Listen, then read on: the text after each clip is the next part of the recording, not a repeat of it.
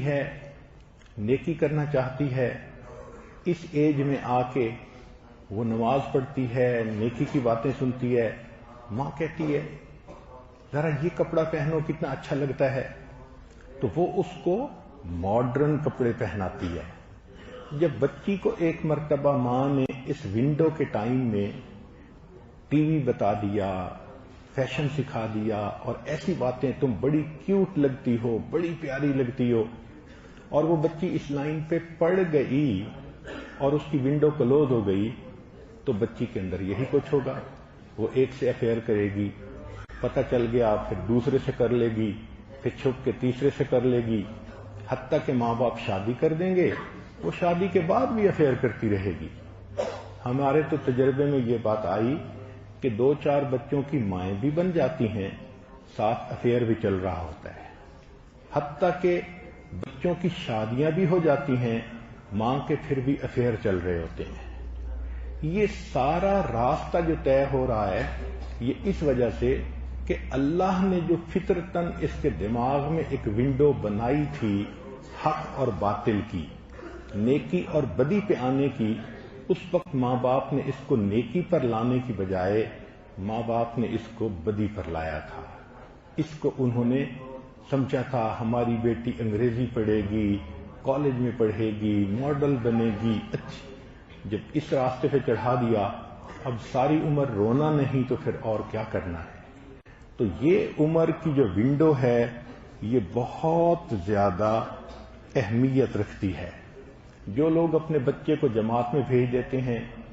مدرسے میں بھیج دیتے ہیں، کسی شیخ سے بیعت کروا دیتے ہیں، یہ بچے محفوظ ہو جاتے ہیں، ان کا مستقبل، ان کی آخرت محفوظ ہو جاتی ہے، اس لیے کہ یہ بچہ ایک ایسے ماحول میں پرورش پاتا ہے جہاں ہر طرف اس کو شیطان کے نمائندے اپنی طرف بہکاتے ہیں۔ یہ اپنے ضمیر میں اپنے آپ کو مجرم سمجھتا ہے، یہ گناہ سے بچنا چاہتا ہے، خطا کر بھی لیتا ہے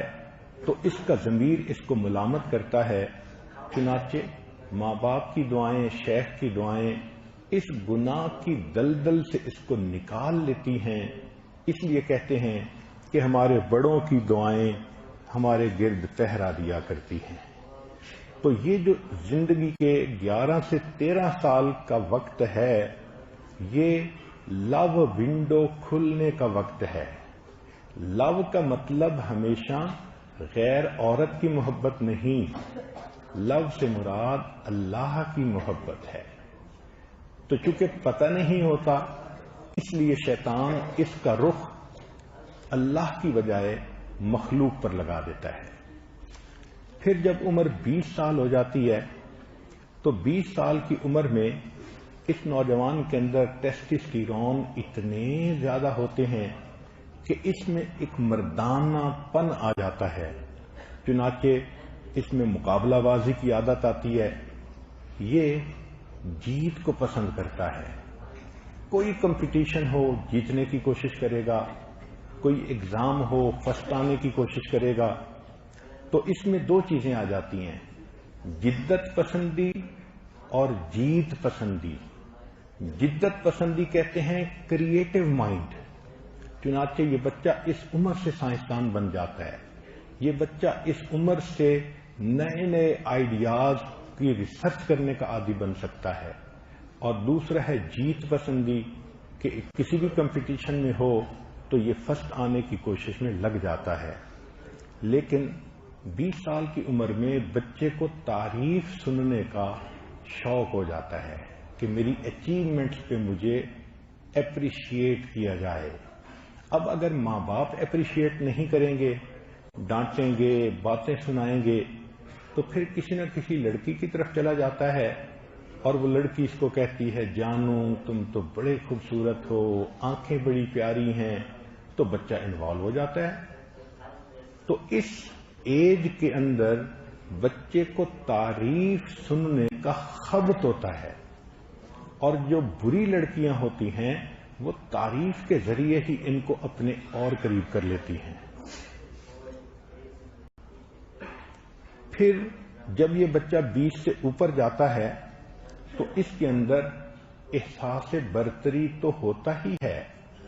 اپنے آپ کو یہ ڈومینیٹنگ کنڈیشن میں لاتا ہے، پھر شادی اس کی ضرورت بن جاتی ہے۔ جس طرح انسان تھک جاتا ہے، سونا ضرورت ہے، بھوکا ہوتا ہے، روٹی کھانا ضرورت ہے،